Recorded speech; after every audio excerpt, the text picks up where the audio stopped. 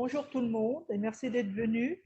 Donc aujourd'hui, nous avons un séminaire sur la relativité intriquée, pardon, par Olivier, c'est l'émotion. Donc voilà, tout le monde connaît Olivier. Merci Marianne. Ah, je vois qu'il y a encore quelqu'un qui arrive là-bas. Merci à tous d'être venus pour cette présentation. Merci à ceux qui sont sur Zoom pour suivre ça à distance. Donc, je vais vous parler de cette théorie, la théorie qu'on a appelée la relativité intriquée. C'est une théorie sur laquelle on est tombé presque par hasard avec un étudiant en thèse, mais qui était venu en stage quelques mois à Artemis en 2015, si je me rappelle bien. Et voilà, donc on avait trouvé cette théorie un peu par hasard. Et donc, dans ce séminaire, je vais essayer de vous expliquer pourquoi je pense que cette théorie est très intéressante et pourquoi je pense qu'elle est singulière dans le paysage des théories alternatives à la relativité générale. Par contre, évidemment, hein, c'est une toute nouvelle théorie. Donc, à l'heure actuelle, ça reste le plus probable, reste encore que cette théorie ne colle pas aux lois de la nature. Hein, c'est ce qui est le plus probable. Donc, je ne suis pas en train de dire que elle va remplacer la relativité générale, mais elle a quand même un certain nombre d'aspects très intéressants qui font que, bon, elle semble en soi très intéressante. Donc, d'abord, le contexte. Le contexte, c'est évidemment que la relativité générale colle avec un nombre considérable d'observations, hein, que ce soit aux échelles cosmologiques avec, par exemple, le front diffus cosmologique, mais même le système de navigation GPS ne pourrait pas fonctionner correctement si on ne prenait pas en compte les équations de la relativité générale. Donc, c'est une théorie qui est vraiment très, très performante. Néanmoins, il existe une preuve formelle de sa limite. C'est ce dont on va parler. Et par ailleurs, cette théorie ne satisfait pas l'un des trois principes fondateurs d'Einstein pour, je cite Einstein lui-même, une théorie satisfaisante de la relativité. Donc ça, c'est peut-être une piste aussi à creuser. Et enfin, il y a des aspects qui sont souvent présentés tels que la matière noire, l'énergie noire, ou les difficultés de la gravitation quantique, qui sont autant d'indices potentiels que la théorie peut-être a des problèmes, ou pas. Hein, on n'a aucune certitude à ce niveau-là. Donc le plan, simplement d'abord, je vais reparler de la relativité générale en présentant quelques-uns de ses grands succès. Pas beaucoup, parce que je n'ai pas vraiment le temps d'en parler trop ici. Ensuite, je vais parler de ses principaux problèmes, de mon point de vue. Hein, chacun a des points de vue plus ou moins différents sur le sujet. Et ensuite, donc, je vais présenter la relativité intriquée, les premiers résultats qu'on a obtenus et son potentiel, les raisons qui font que je trouve la théorie particulièrement intéressante. Voilà, donc, et avant de parler de la relativité générale, évidemment, il faut que je parle de la relativité de Newton. Donc, pour Newton, les objets inertiels, c'est-à-dire auxquels on n'applique aucune force, doivent se déplacer en trajectoire rectiligne uniforme, en ligne droite, en gros. Et donc, quand il jette un objet devant lui, cet objet ne suit pas une ligne droite, mais va suivre une certaine courbe, et du coup, il en déduit qu'une force s'applique sur cet objet. La même chose avec les planètes. Ces planètes ne suivent pas des trajectoires rectilignes. Du coup, il en déduit qu'il y a une force qui s'applique sur ces planètes. Donc, il en déduit cette loi universelle de la gravitation qui est que toute masse génère un champ de force qui va attirer les autres masses. Voilà. Ça, c'est Newton. Ah, et aussi, chose importante, c'est que tout ça se fait dans un cadre absolu qui est l'espace de Newton, qui est donné de manière arbitraire. Alors, Einstein, du coup, a une autre idée, surtout en 1905 avec la relativité restreinte. Einstein comprend que le temps et l'espace, en fait, ne sont pas deux entités complètement distinctes, mais forment une même entité que l'on appelle l'espace-temps. Et il en vient à conjecturer que peut-être, en fait, la gravitation, que les objets en chute libre, en fait, sont des objets parfaitement inertiels, mais s'ils suivent des courbures, s'ils suivent certaines courbes, c'est par contre parce que l'espace-temps dans lequel il se trouve plongé est courbé. Donc c'est l'hypothèse qu'il fait. Et il introduit donc une équation, l'équation d'Einstein, qui en gros dit courbure égale matière. C'est-à-dire que si vous me donnez, on imagine que la matière a une certaine forme et une certaine masse, je peux calculer quelle est la courbure de l'espace-temps qui correspond à cette masse. Donc ça, c'est l'équation d'Einstein. Donc c'est une courbure d'espace-temps. Et donc ça, c'est très difficile d'avoir une intuition de qu'est-ce que ça veut dire une courbure d'espace-temps. sur la représentation graphique là, ici, on a une courbure d'espace représentée. C'est-à-dire qu'on voit que le quadrillage semble déformé par la présence de la Terre. D'accord? Ça, c'est une courbure d'espace. Mais il se trouve qu'en relativité générale, on peut montrer qu'en première approximation, ce qui provoque le mouvement non rectiligne des planètes dans le système solaire, en fait, c'est la courbure de la dimension temporelle, non pas la dimension spatiale. Et donc ça, c'est encore plus contre-intuitif. Qu'est-ce que ça veut dire, la courbure d'une dimension temporelle? Donc c'est quelque chose de très contre-intuitif.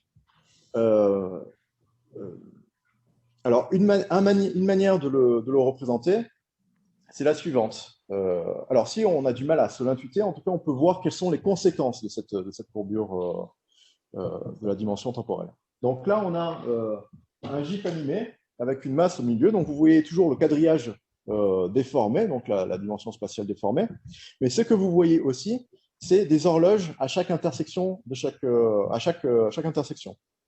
Et ce que vous pouvez constater, c'est que les horloges qui se trouvent plus éloignées de la masse tournent plus vite que les horloges qui se trouvent plus proches de la masse.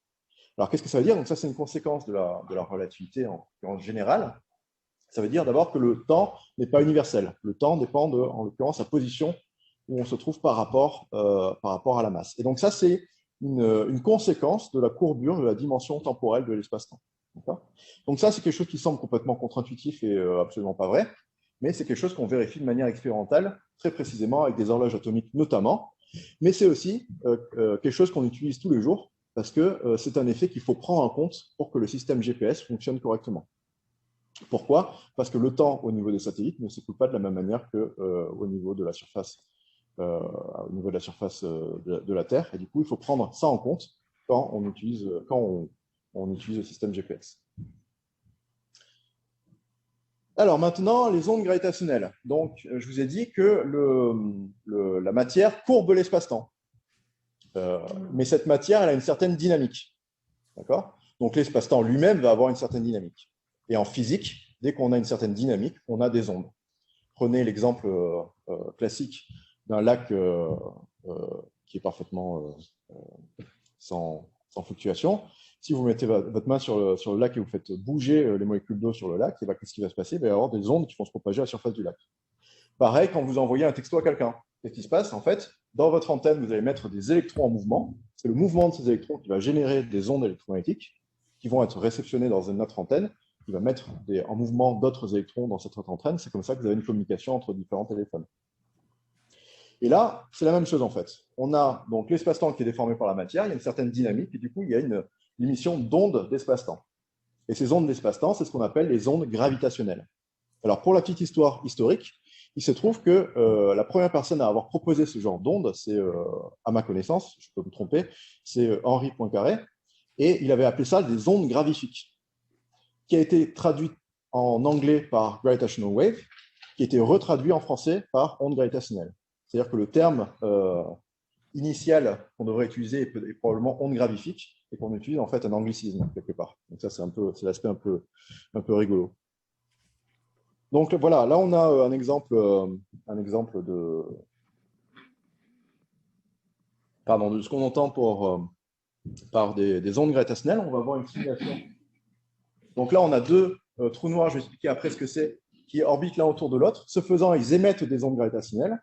Donc, le système perd de l'énergie, les deux trous noirs vont se rapprocher jusqu'à finalement fusionner en émettant un burst d'ondes gravitationnelles. Donc ça va avoir un signal très caractéristique d'ondes gravitationnelles qu'on peut détecter sur Terre avec les détecteurs d'ondes gravitationnelles LIGO et Virgo, et CAGRA maintenant. Donc voilà le signal, à quoi ressemble le signal que l'on attend, avec les différentes phases, d'abord la phase spirale, ensuite la phase de fusion, non pas de friction comme c'est écrit ici, et enfin la phase de vibration. Donc vous voyez le signal que l'on attend pour une onde gravitationnelle est assez caractéristique. Alors il semble assez simple au premier coup d'œil, hein, on a l'impression que c'est en gros une sinusoïde dont la fréquence augmente avec le temps et l'amplitude augmente aussi avec le temps. Mais en fait, pour obtenir la forme précise de ce signal dans le cadre de la relativité générale, en fonction de l'approximation à laquelle on va, ça peut être des pages et des pages de calcul. Quand je dis des pages, c'est des dizaines de pages dans des articles publiés de calcul. de nombre. Donc, c'est quelque chose en fait qui est très très difficile à modéliser et qui a demandé des efforts colossaux durant plusieurs décennies, notamment avec l'école française qui travaillait sur le sujet et qui a été en grande partie faite sous l'impulsion de Thibaut Damoir. Mais c'est évidemment une collaboration internationale et il y a beaucoup de gens qui se sont penchés sur ce problème. Donc voilà, donc ces signaux ont été observés. Là, c'est la première détection d'ondes gravitationnelles qui a été faite donc, par les détecteurs américains LIGO et qui colle bien avec ce à quoi on s'attendait. Donc ça, c'est une bonne chose. Il faut savoir que maintenant, on a observé 90 signaux d'ondes gravitationnelles. Et avec ces 90 signaux d'ondes gravitationnelles, il y a une batterie de tests qui ont été faits pour vérifier si ça collait bien avec la relativité générale ou pas. Et jusqu'à présent, on n'a vu aucune déviation par rapport aux lois de la relativité générale. Aucune déviation significative. Alors, évidemment, comme vous voyez, le signal est très bruité, donc ça va dépendre du rapport signal à bruit que vous avez dans le signal pour pouvoir être vraiment fin sur les tests que vous faites. Mais au plus on a de détection, au plus on a confiance que la théorie est effectivement valide. Donc les trous noirs, qu'est-ce qu'un trou noir? Un trou noir, en fait, c'est un volume duquel rien ne peut échapper, pas même la lumière. Et ce qu'il faut comprendre, c'est que ce volume est parfaitement immatériel. D'accord? On peut le traverser, il n'y a pas de problème, on peut rentrer dedans. Par contre, on ne peut pas en ressortir, c'est ça la difficulté. C'est-à-dire que si vous rentrez dans ce volume et que vous avez un pointeur laser que vous essayez vous envoyez votre lumière, votre laser en direction des étoiles extérieures, donc qu'est-ce qui va se passer? La trajectoire de la lumière va rebiquer sur elle-même et va retourner au centre du trou noir. D'accord? Donc ça, c'est un trou noir. C'est la définition du trou noir. C'est en gros une surface qui englobe un volume duquel on ne peut pas sortir, pas même la lumière. Donc là, on a une représentation artistique, une représentation d'artiste, pardon, d'un trou noir avec un disque d'accrétion et bon, un jet relativiste perpendiculaire.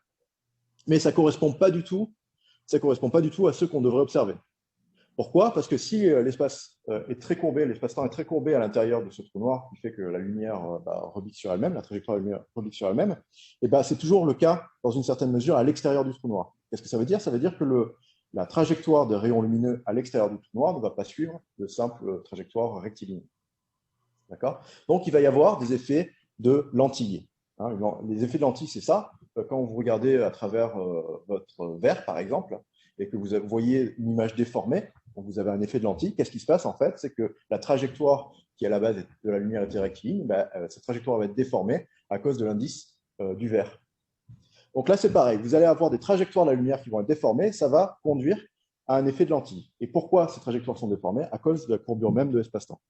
Donc, c'est ce qu'on va voir avec la simulation suivante. Donc là, on a ce qu'on observerait avec un trou noir qui a un disque d'accrétion. Et vous allez voir l'effet de lentille avec la voie lactée qui passe derrière le trou noir et dont l'image va être complètement déformée. Hein, c'est ça, cet effet de lentille. Complètement déformée parce que la lumière a des trajectoires qui sont déformées à cause de la courbure de l'espace-temps.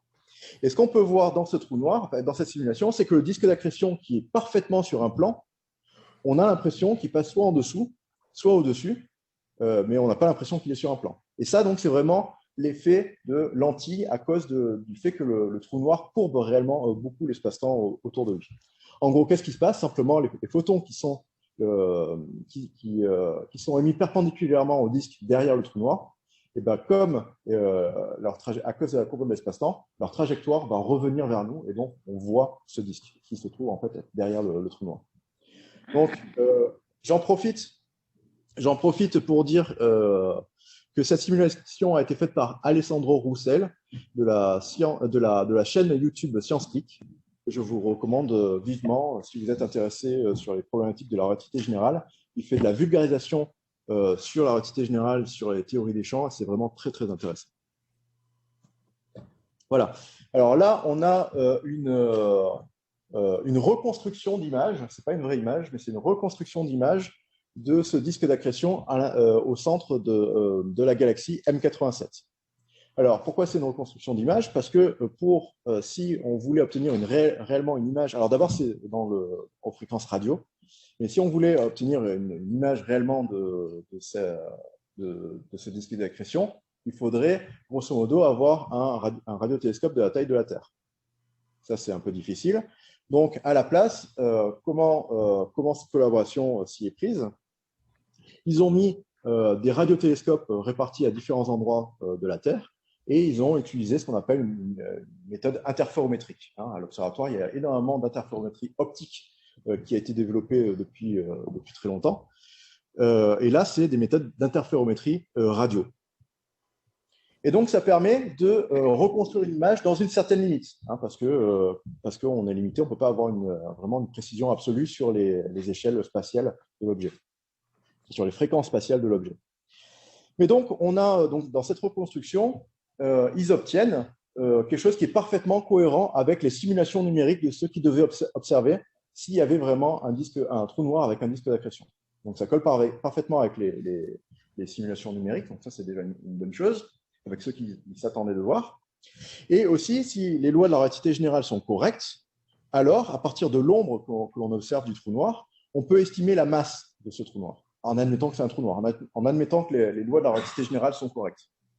Et donc, ils font ce calcul, cette estimation, et ce trou noir a de l'ordre de quelques milliards de fois la masse du Soleil.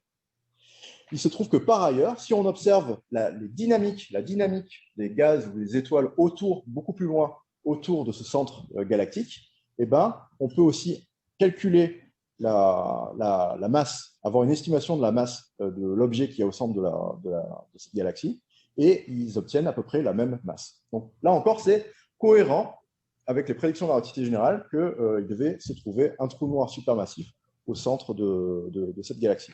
Alors, ça va dans le bon sens, mais il faudra évidemment toujours plus de données avec de meilleure qualité pour avoir de plus en plus confiance que c'est bel et bien le cas.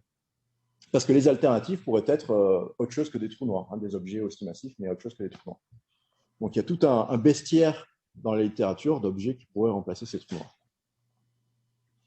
Un autre moyen de savoir si les trous noirs existent bel et bien ou pas, c'est justement grâce aux ondes gravitationnelles. Parce que donc, quand on a supposément deux trous noirs qui fusionnent, ils vont donner un trou noir plus massif. Et ce trou noir, si c'est réellement un trou noir, s'il a réellement un horizon tel qu'on le pense, il va vibrer d'une manière très particulière. On parle même de spectroscopie de et il y a quelqu'un, je crois, qui a oublié de se muter sur Zoom. Et donc, on parle de spectroscopie de trous noirs. Et donc, si on peut, à partir de la mesure des ondes gravitationnelles, vérifier. Alors, quand le trou noir va vibrer, donc il va vibrer d'une manière très particulière, et donc il va émettre des ondes gravitationnelles très particulières. Et donc, on peut mesurer avec les détecteurs d'ondes gravitationnelles si effectivement on a un signal très particulier tel que l'on attendait de la vibration des trous noirs. Donc, en gros, ah oui, parce que c'est ce qu'on va voir sur cette simulation de lentilles de trous noirs qui entrent en fusion. Ce qu'on va voir, c'est que la lentille, même une fois que le trou noir est formé, la lentille, elle, va continuer d'évoluer. Parce que le trou noir, justement, est en train de se relaxer et l'espace-temps est toujours déformé. Et donc, ça correspond, c'est ce qu'on va voir maintenant. Vous voyez, là, il y a la fusion. Voilà, vous avez le trou noir central, mais vous voyez, la lentille continue d'être déformée. L'espace-temps, justement, continue à vibrer, le trou noir vivant, en fait. Donc, pour étudier cela avec les données, il faut s'intéresser à la dernière partie du signal, donc la partie de vibration de ce que l'on pense être la vibration du trou noir. Le problème avec cette partie, c'est d'une part que la durée de cette partie du signal est très courte, et d'autre part, elle décroît de manière exponentielle. Donc, il est très difficile d'avoir un bon rapport signal à bruit pour faire vraiment les études, mais c'est déjà possible. Il y a déjà des études de la collaboration LIGO et Virgo, mais aussi d'autres groupes plus ou moins indépendants de la collaboration qui ont fait des études là-dessus. Et pour le moment, tout colle avec effectivement ce que l'on attendait de la part de la vibration de trou noir. Donc pour le moment, ça colle encore, il semblerait que ça colle encore avec le fait qu'il y a bien un trou noir avec un horizon, mais il faudra donc plus de données avec de meilleurs rapports signal à bruit pour au final vraiment en avoir des preuves encore plus solides.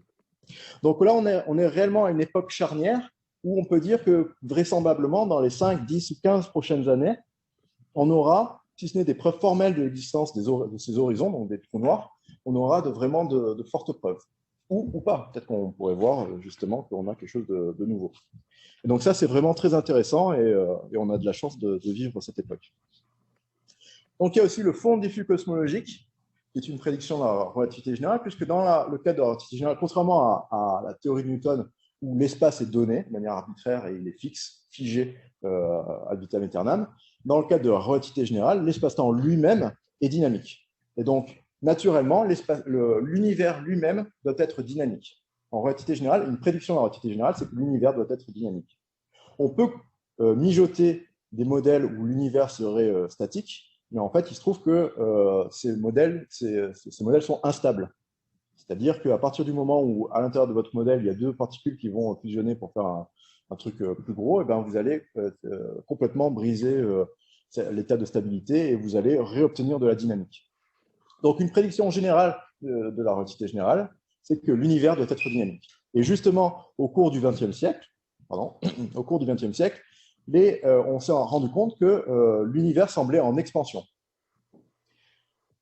Donc, si on prend, donc ça c'était une prédiction de la relativité générale, donc c'est très bien. Et si on prend les lois de la relativité générale et qu'on voit qu'à l'heure actuelle l'univers est en expansion, et bien on peut remonter le temps avec les équations et voir que l'univers a dû être à un moment donné plus petit.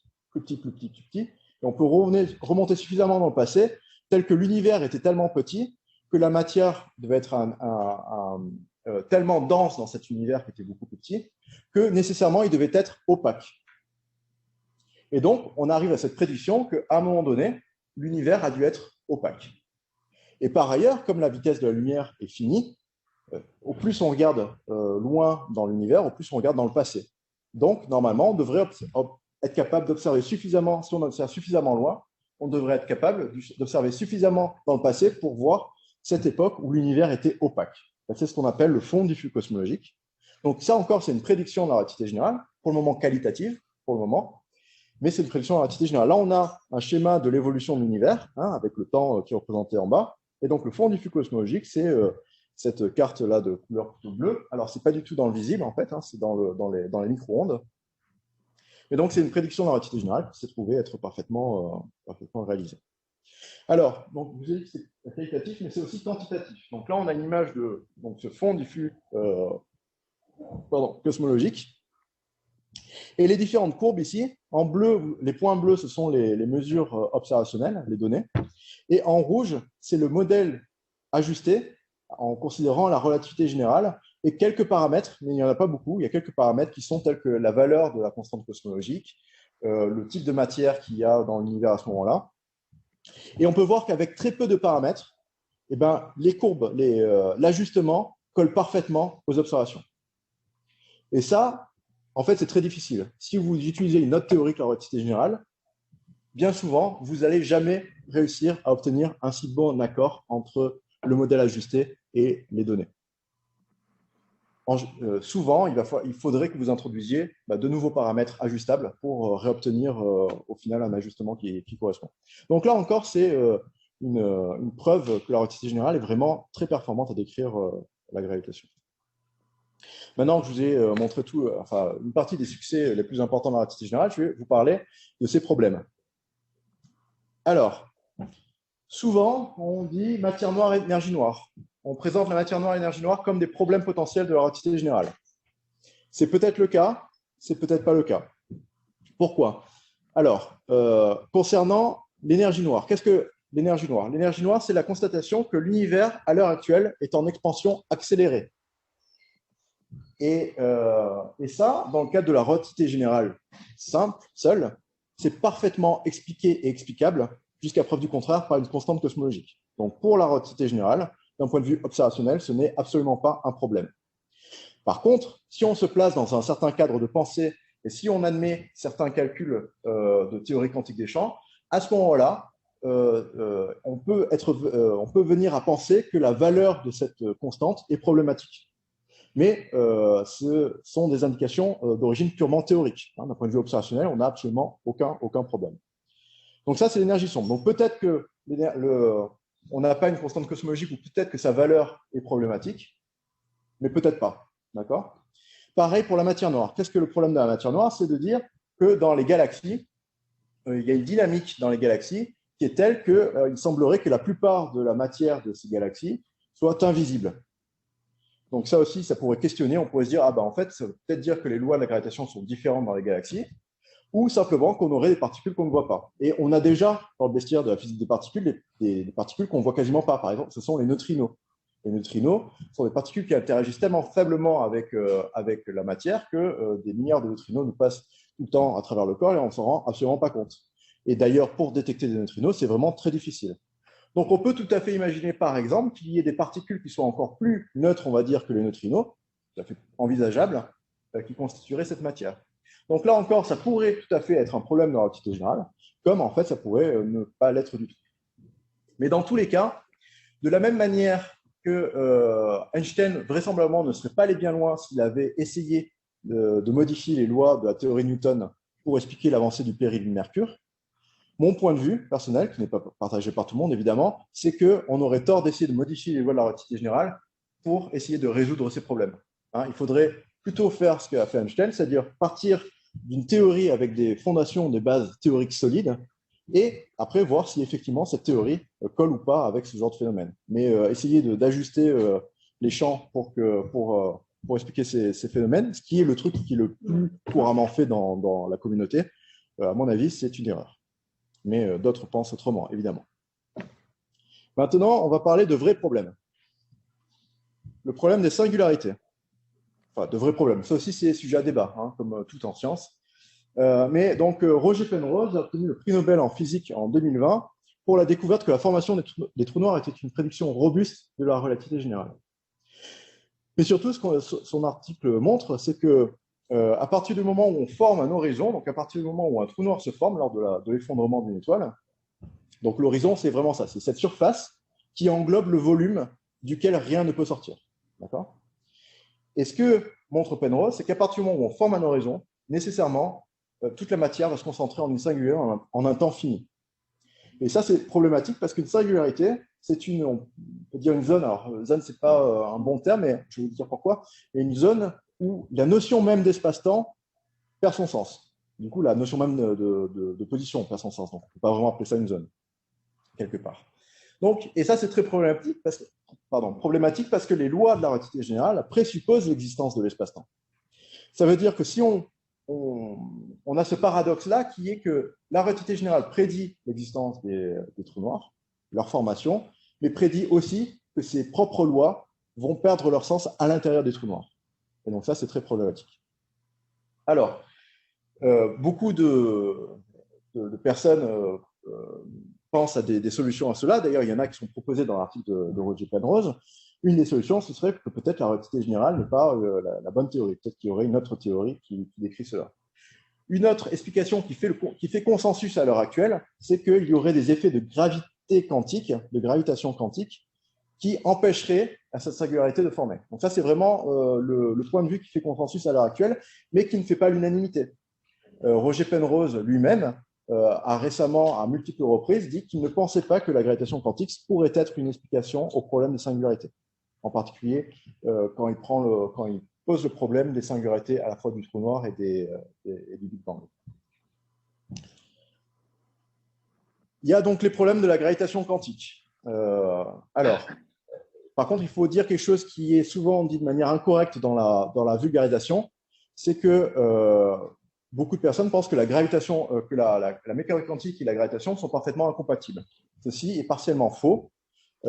Si on prend le point de vue, par exemple, que la relativité générale est une théorie effective de la gravitation, à ce moment-là, on est parfaitement capable de mélanger la théorie quantique des champs et la gravitation, et on peut même obtenir des corrections, il y a des gens qui ont fait ça, obtenir des corrections quantiques au potentiel newtonien, par exemple. Donc, c'est des choses qui peuvent se faire. Le problème à l'heure actuelle, c'est qu'il y a une multitude de structures mathématiques différentes qui sont proposées pour décrire la gravitation quantique, et jusqu'à présent, aucune n'a réussi à démontrer qu'elle était correcte. Alors, l'un des points, je trouve, assez intéressant pour illustrer le problème potentiel entre la gravitation et la mécanique quantique, se base sur le principe de Heisenberg et sur le fait que l'espace-temps existe. Donc, je vois qu'Eric rigole. C'est pour le foot, c'est ça? Donc, le principe de Heisenberg, en gros, ça dit que si vous voulez observer, avoir des informations sur des échelles spatiales petites, au plus petites elles sont, au plus vous allez devoir injecter de l'énergie pour observer cela. D'accord? C'est ce qui se passe avec les accélérateurs de particules. Si on veut aller de plus en plus finement dans la compréhension, dans les échelles de la physique des particules, eh ben, il faut construire des accélérateurs de particules de plus en plus gros qui font collisionner les particules avec de plus en plus d'énergie. D'accord? Donc, le principe de Heisenberg pris seul ne donne aucune limite théorique à l'échelle à laquelle on peut observer les choses, à laquelle on peut avoir des informations sur les choses. C'est juste une limite pratique parce qu'il faudrait avoir des énergies qui tendent vers l'infini pour obtenir des précisions de plus en plus fines, mais ce n'est pas une limite théorique. Le problème, c'est si on considère en même temps que la relativité générale est potentiellement correcte. Pourquoi? Parce que la relativité générale dit qu'il y a une limite à la quantité d'énergie qu'on peut mettre dans un certain volume, au-delà duquel, eh ben, malheureusement, on va former un trou noir. D'accord? Donc, si on prend en même temps le principe de Heisenberg et les lois de la relativité générale, il y aura une limite à partir de laquelle on ne pourra plus avoir d'informations sur les petites échelles parce que simplement on va former des trous noirs. Donc, quelque part, ça veut dire que le sens opérationnel de l'espace-temps, eh ben, aux échelles les plus faibles, et on appelle ça les échelles de Planck, perd son sens, parce qu'on ne peut pas observer quoi que ce soit à ces échelles, on va former des trous noirs. D'accord? Donc, beaucoup de physiciens en ont conclu de cette discussion que ça voulait peut-être dire que la notion même d'espace-temps n'est pas une notion élémentaire, mais peut-être serait une notion, l'espace-temps serait quelque chose d'émergent, de quantité encore plus élémentaire qui reste à être étudié et à être travaillé. Donc ça, c'est quelque chose de très à la mode à l'heure actuelle. Donc c'est ce qu'on va représenter avec cette petite animation. Donc admettons qu'on veuille observer quelque chose avec cette précision. On va augmenter l'énergie que l'on va mettre dans le système. Donc effectivement, on améliore la précision petit à petit. Et malheureusement, à partir d'un moment donné, ben, qu'est-ce qui va se passer? On va former un trou noir. Et donc, on n'aura plus d'informations sur ce qui se passe à l'intérieur, parce qu'on n'a aucune information de ce qui se passe à l'intérieur. Et paradoxalement, si on veut continuer à augmenter l'énergie qu'on injecte, eh ben, on va faire un trou noir de plus en plus gros. Donc, réellement, il n'y a pas moyen que… Enfin, on aura encore moins d'informations sur ces échelles. Donc, il semblerait vraiment qu'il y a une limite d'échelle, l'échelle de Planck, au-delà de laquelle on n'est plus capable d'avoir une notion de distance, en fait. D'accord ? Maintenant, il y a le problème de la faible entropie initiale du modèle du Big Bang Show. Alors ça paraît très technique et très compliqué comme ça, mais je vais vous montrer qu'en fait, ce n'est pas si compliqué. Donc, pour des forces répulsives, l'augmentation de l'entropie dit que si vous avez des particules qui sont concentrées au début, eh ben, elles vont avoir tendance à s'homogénéiser. D'accord ? Si vous prenez un verre d'eau et que vous mettez une goutte de sirop dans votre verre d'eau, eh ben, l'entropie augmentant, le temps passant, qu'est-ce qui va se passer? Ben, cette goutte d'eau, elle va se propager et le milieu va s'homogénéiser. Donc, ça va maximiser l'entropie. Et justement, quand on observe le fond diffus cosmologique, pour la matière, il semble que la matière soit très, très, très homogène. Et parce que là, la différence entre les points rouges et les points bleus sur cette image, c'est de l'ordre de centième de %. Donc, en fait, si c'était dans le visible et qu'on observait ça à l'œil nu, on aurait l'impression que c'est parfaitement uniforme. Et donc ça, qu'est-ce que ça veut dire? Ça veut dire que pour la matière, l'entropie primordiale est très élevée, est très grande. Ça peut paraître paradoxal, mais en fait, c'est quelque chose qu'on aime bien. Parce que si l'entropie est très grande, ça veut dire que c'est très aléatoire. C'est pas très ordonné. Parce que si on avait eu quelque chose qui est très ordonné, bah, du coup, il aurait fallu expliquer pourquoi les choses sont si ordonnées. Pourquoi l'univers primordial était si ordonné et pourquoi il n'est pas juste les choses ne sont pas juste données de manière aléatoire. Donc là, il semblerait que l'entropie primordiale est grande. Évidemment, maintenant, elle est encore plus grande, parce que l'entropie ne peut faire qu'augmenter avec le temps, mais il semblerait qu'elle soit grande, que les choses soient très peu ordonnées, et ça, c'est très satisfaisant. Encore une fois, c'est très satisfaisant pour certains points de vue métaphysiques, et on peut avoir d'autres points de vue, évidemment. Le problème est si on prend en compte, donc là c'est pour la matière, c'est si on prend en compte aussi la gravitation. La gravitation est une force attractive, et la gravitation a tendance à augmenter l'entropie, au contraire, quand elle agglomère les choses. Et ce qui, dans l'univers maximisent d'ailleurs l'entropie, ce sont les trous noirs. Les trous noirs sont les objets qui maximisent l'entropie dans l'univers.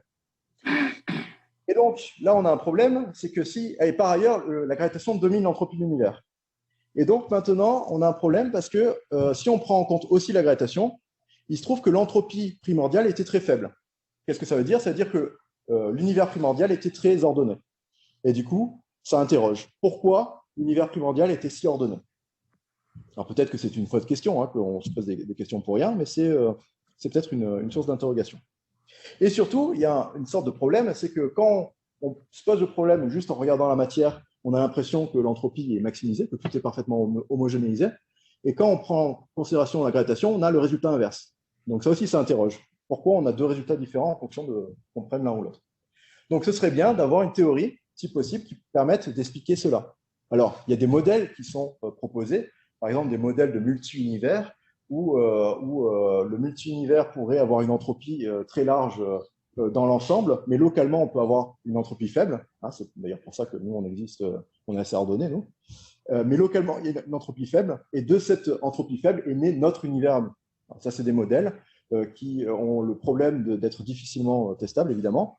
Mais c'est pourquoi ce serait intéressant de trouver une théorie qui pourrait potentiellement avoir une solution à ce problème. Et le problème de l'inflation, pour vraiment être capable de dire que le fond du flux cosmologique est bien expliqué, il faut aussi faire comme hypothèse que l'univers, à un moment donné, a connu une phase d'expansion accélérée de manière exponentielle. Et ça, dans le cadre strict de la relativité générale et du modèle des particules standards, ça ne semble pas possible. Donc, il faut soit changer l'un, soit changer l'autre, ou les deux. Et donc, mais là encore, c'est du même acabit que le problème de la matière noire ou de l'énergie noire, c'est-à-dire que c'est peut-être un problème ou peut-être pas, on ne sait pas. Et donc, ce serait, quoi qu'il en soit, peut-être dommage d'essayer de modifier les lois de la relativité juste pour essayer de résoudre ce problème uniquement. Voilà. Et enfin, les problèmes conceptuels des solutions du vide de la relativité générale. Parce que Einstein espérait que la relativité générale n'ait pas de solution du vide. Donc, c'est le troisième principe fondateur de la relativité générale, et le principe qu'il a nommé lui-même le principe de Mach, ou Mach, parce que c'était un philosophe physicien germanophone, et qui est que l'espace-temps est complètement déterminé par le tenseur énergie-impulsion de la matière. Il ne peut donc pas y avoir d'espace-temps sans matière. Ce principe est aussi appelé principe de la relativité de l'inertie. Alors, donc pour Einstein, c'était très important que l'espace-temps soit complètement déterminé par la matière. Pourquoi? C'est purement philosophique, parce que s'il n'est pas complètement déterminé par la matière, c'est-à-dire qu'il est en partie déterminé par la matière, mais en partie déterminé par quelque chose d'autre. C'est quelque chose d'autre qui serait donc arbitraire, qui aurait une notion d'absolu. Or, justement, ce que voulait Einstein, c'est de faire table rase de la notion d'absolu de l'espace de Newton, et justement, au contraire, d'avoir un espace-temps qui est parfaitement déterminé par la matière. Malheureusement, c'est que la relativité générale admet des solutions du vide, ce qu'on appelle les solutions du vide, c'est-à-dire qu'on part de l'hypothèse qu'il n'y a pas de matière, et on peut obtenir des solutions non triviales de la relativité générale dans ce cas-là, et en fait, on peut obtenir une infinité de solutions à la relativité générale. Et donc ça, c'est problématique, et en fait, c'est la raison pour laquelle Einstein, à la base, a introduit la constante cosmologique. Parce qu'il espérait qu'en mettant la constante cosmologique dans les équations de champ, il n'aurait plus de solution possible du vide. Et c'est De Sitter qui a montré que si, même avec une constante cosmologique, eh ben, on obtenait des solutions du vide. Et donc, voici la citation en réponse en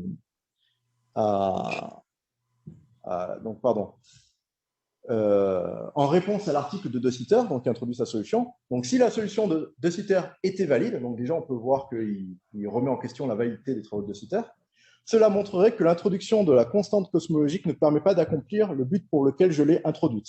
Alors, il n'appelait pas constante cosmologique à l'époque, encore. Hein. Mais, car, de mon point de vue, la théorie générale de la relativité est satisfaisante si et seulement si les qualités physiques de l'espace sont totalement déterminées par la matière.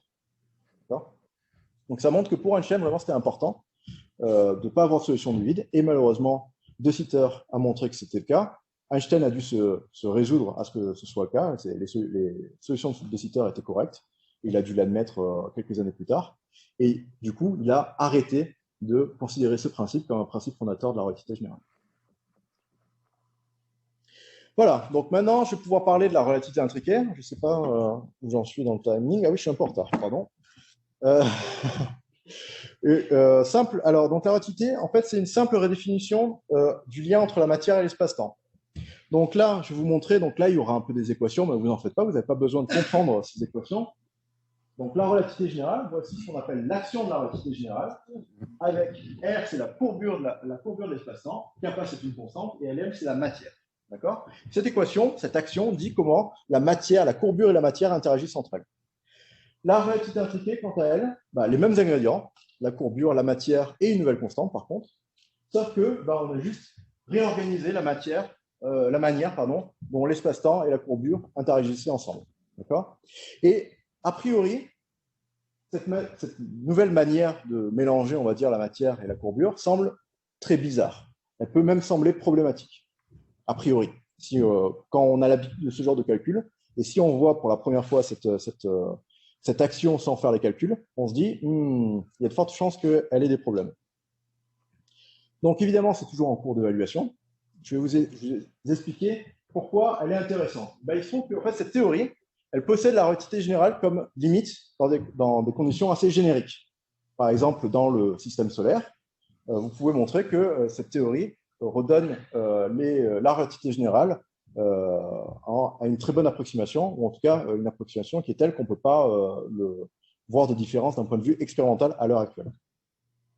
Et de manière générale, on peut montrer, par exemple, que si on a un univers en expansion, la théorie converge naturellement vers la relativité générale à partir du moment où dans cet univers, il y a des astres, de la matière noire et de la radiation. Ça tombe bien, c'est ce qu'on pense qu'il y a dans l'univers.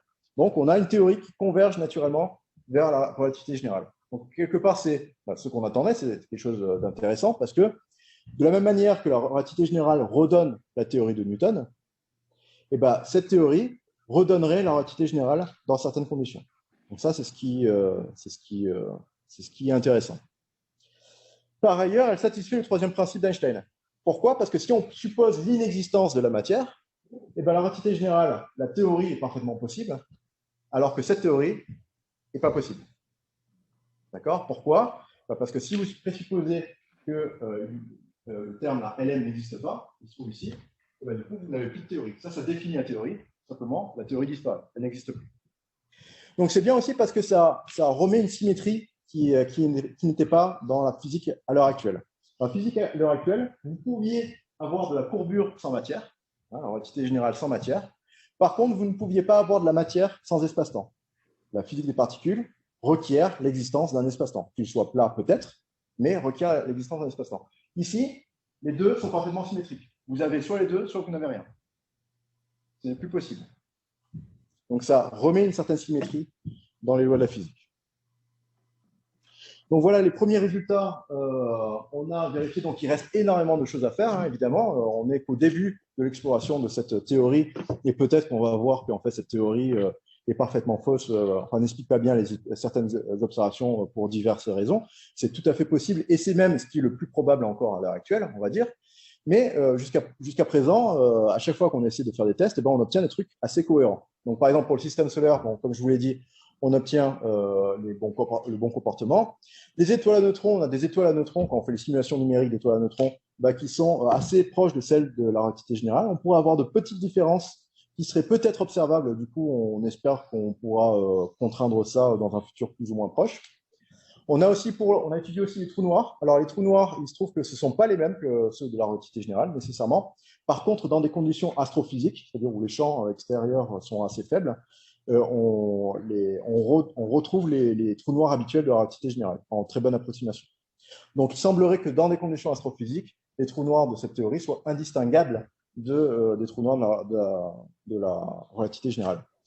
Pour les ondes gravitationnelles, alors c'est pas nous qui avons fait ça, c'est d'autres équipes qui ont montré que, en tout cas, en ce qui concerne la fusion de trous noirs, ce sera peut-être pas la même chose pour la fusion d'étoiles à neutrons, mais en tout cas pour la fusion de trous noirs, on a les mêmes ondes gravitationnelles. Je veux dire, la différence n'est absolument pas significative entre les deux signaux qu'on peut attendre. Donc ça aussi, c'est intéressant. Et enfin, il y a la cosmologie. La cosmologie, c'est l'aspect le plus difficile dans le cadre de cette théorie, parce que contrairement à la relativité générale, on ne peut pas introduire une constante cosmologique dans cette théorie. Pourquoi? Parce que si on introduit à la main une constante cosmologique, et bien simplement, on va avoir des effets, des phénomènes qu'on n'observe pas dans la nature. Donc, on sait que ce n'est pas le cas.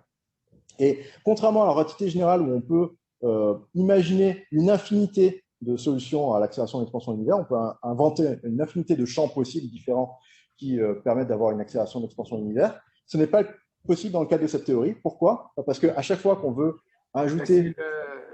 Le séminaire que j'ai raté. Ah, il y a quelqu'un qui n'est pas muté là, donc s'il vous plaît, mettez-vous… Il est bien ou tu as raté quelque chose ou pas? J'ai pas raté plus ou moins que si j'étais sur place. C'est juste intéressant. On vous entend. S'il vous plaît, mettez-vous en… Ah, pardon. Coupez le micro. Excusez-moi. Merci. C'est bon? Allez, ça a l'air d'être bon, pardon. Donc, à chaque fois qu'on introduit ce qu'on appelle des degrés de liberté ou des nouveaux champs, eh ben, on va obtenir des phénomènes que l'on n'observe pas dans la nature. Donc, l'aspect cosmologique, c'est vraiment très dur d'obtenir de l'accélération et de l'expansion de l'univers dans le cadre de cette théorie. J'ai soumis une hypothèse qui a été publiée récemment. Rien ne dit que ce soit une hypothèse qui sera validée et que ce soit la seule hypothèse possible pour expliquer l'accélération et l'expansion de l'univers. Mais ça veut dire qu'il y a au moins une hypothèse possible pour expliquer l'accélération et l'expansion de l'univers. Donc maintenant, les raisons qui font que je trouve vraiment cette théorie intéressante. Pardon. Voilà. C'est justement son potentiel. Donc jusqu'à maintenant, en fait, donc ces premiers résultats indiquent que cette théorie semble potentiellement viable. Ça ne veut pas dire qu'elle le sera, mais elle semble potentiellement viable. Et qu'est-ce qui fait que je suis vraiment très enthousiasmé par le potentiel de cette théorie? C'est la chose suivante. Il se pourrait, ça reste à être démontré de manière rigoureusement de manière mathématique, mais il se pourrait qu'il y ait une transition de phase d'une gravitation répulsive, d'une gravitation attractive, pardon, à une gravitation répulsive, et cela se ferait à haute énergie. Alors, gravitation répulsive, pourquoi? Parce que donc là, vous avez l'équation, l'action de la expliquée. Cette action, elle peut se réécrire d'une autre manière, une manière qui est plus habituelle, on va dire, hein, c'est cette manière qui est là. Donc, vous n'avez pas besoin de comprendre ce que ça veut dire, on va juste essayer de comparer maintenant cette action par rapport à la relativité générale. La relativité générale, c'est ce qu'on a ici. Vous pouvez voir déjà que ce qui est entre parenthèses, c'est la même chose. Qu'il y a juste un terme devant la parenthèse, il y a quand même une différence majeure, c'est que ici, kappa, c'est une constante. C'est la constante qui donne la mesure à laquelle, qui donne à quel point la matière va courber l'espace-temps. Et elle est proportionnelle à la constante de Newton. Hein, en relativité générale, la constante de Newton est une constante. Ici, maintenant, kappa n'est plus une constante, mais un champ. Ça veut dire que la constante de Newton, en revanche, va être un champ. C'est-à-dire que c'est une constante qui va prendre une certaine valeur dans le temps et dans l'espace. On a en revanche une nouvelle constante qui est ici.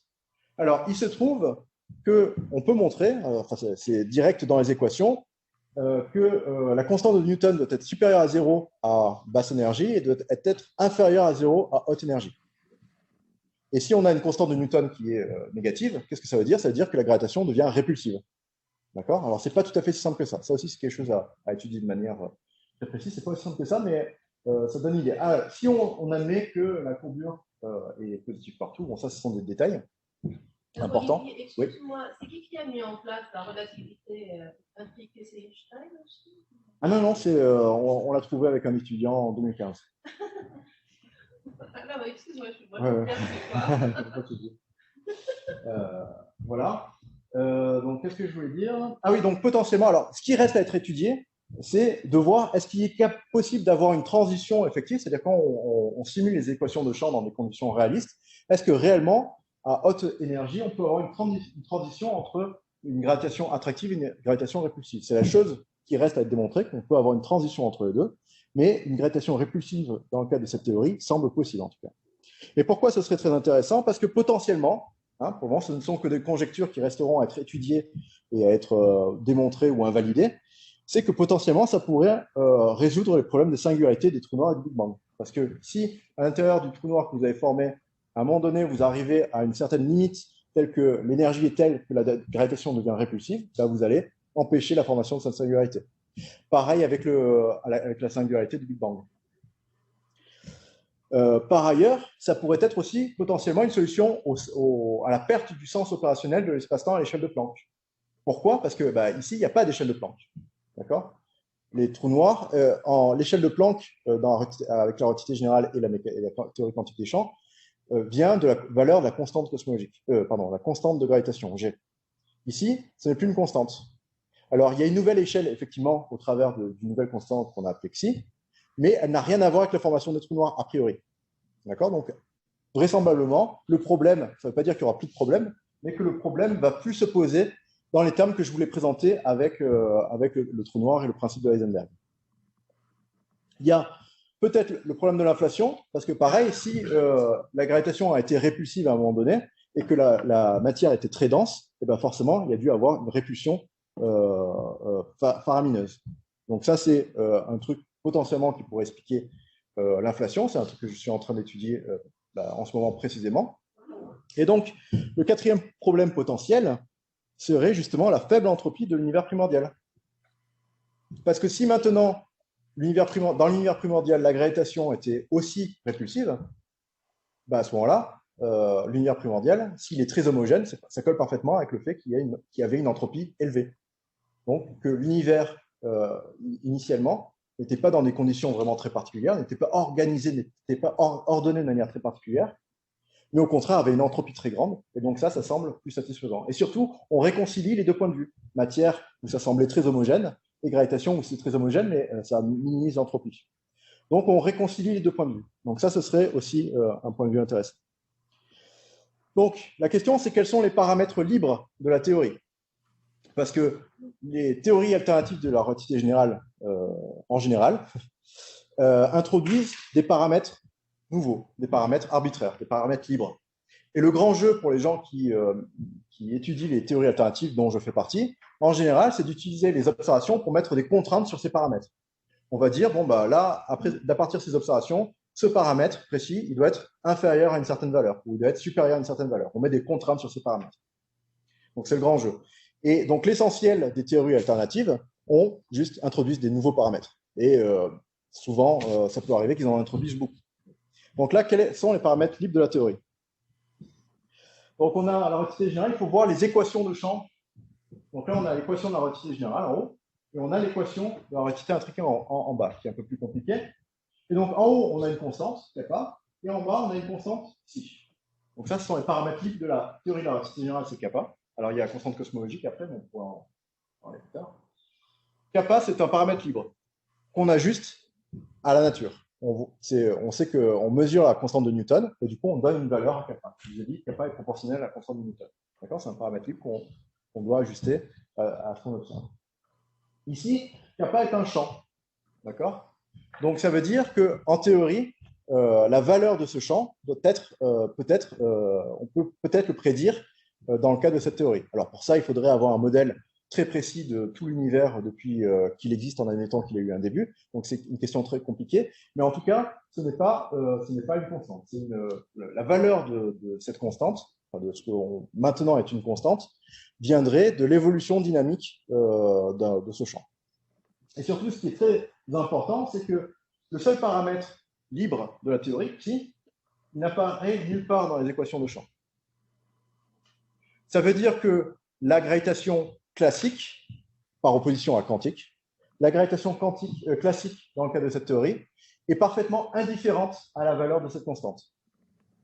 Et qu'est-ce qu'on entend par gravitation classique? En gros, c'est tout ce qu'on observe dans l'univers lié à la gravitation. On n'observe pas à l'heure actuelle aucun phénomène de gravitation quantique. On n'observe que des phénomènes de gravitation classique. C'est-à-dire que tous les observables de l'univers que l'on a qui sont liés à la gravitation sont parfaitement déconnectés de la valeur de cette constante. Donc, ça veut dire qu'il n'y a pas de paramètre libre dans cette théorie, d'un point de vue classique en tout cas. Ce ne sera pas la même chose si on prend le point de vue de la théorie quantique des champs. Donc, en conclusion, finalement, je n'ai pas été si long. Donc, la relativité intriquée, elle possède la relativité générale comme limite. Donc, ça, c'est quelque chose de très intéressant. Elle semble produire de bonnes prédictions, jusqu'à preuve du contraire. Hein. Elle pourrait tout à fait sortir un article demain qui montre que ce n'est pas du tout le cas. On verra, l'avenir le dira. Ce qui est très intéressant d'un point de vue, on va dire plutôt métaphysique, c'est qu'elle ne peut pas être définie en l'absence de matière, tel que c'était originellement souhaité par Einstein, donc qui satisfait l'un des 3 principes fondateurs de la relativité générale, qui n'est pas satisfait donc, par la relativité générale. Elle n'a aucun paramètre libre au niveau classique. Hein, la constante de Newton devient un champ. Et donc ça, c'est très bien parce que ça veut dire que elle est très fortement falsifiable. Hein, si on arrive à montrer qu'elle ne marche pas, on n'a pas de paramètre à ajuster pour dire non, mais en fait, si on met ce paramètre inférieur à une certaine valeur, ça passe encore les tests et on va continuer à faire des publications pour dire ce paramètre, il est inférieur à temps, il est inférieur à temps, et non, c'est moi qui ai la meilleure valeur. Regardez si j'ai utilisé ça. Bref. Surtout, donc, ce qui, moi, me motive, c'est qu'elle pourrait résoudre, il semblerait qu'elle ait le potentiel pour résoudre certains problèmes de la relativité générale. Ça ne veut pas dire qu'elle soit une solution à ces problèmes, mais il semblerait que ce soit possible. En tout cas, ce qui est important, c'est qu'elle est singulière dans le paysage des théories alternatives à la gravitation. Pourquoi ? Simplement parce que, contrairement à la plupart des théories alternatives de la gravitation, elle n'introduit pas rien de nouveau. Hein. On a juste un remélange de la courbure et de la matière au sein de l'action. On n'introduit pas de nouveaux champs, on n'introduit pas de nouveaux degrés de liberté, on n'introduit pas de nouveaux paramètres à ajuster. Et donc, et pour ça, elle est singulière et c'est pour ça que je trouve qu'elle est vraiment très intéressante. Voilà. Néanmoins, évidemment, son évolution ne fait que commencer. Et à ce stade, il est tout à fait possible, et même ça reste ce qu'il y a de plus probable encore, qu'elle ne colle pas avec les lois observées de la nature. Et quand même, jusqu'à preuve du contraire, la relativité générale marche de manière incroyablement bien. Voilà, je vous remercie.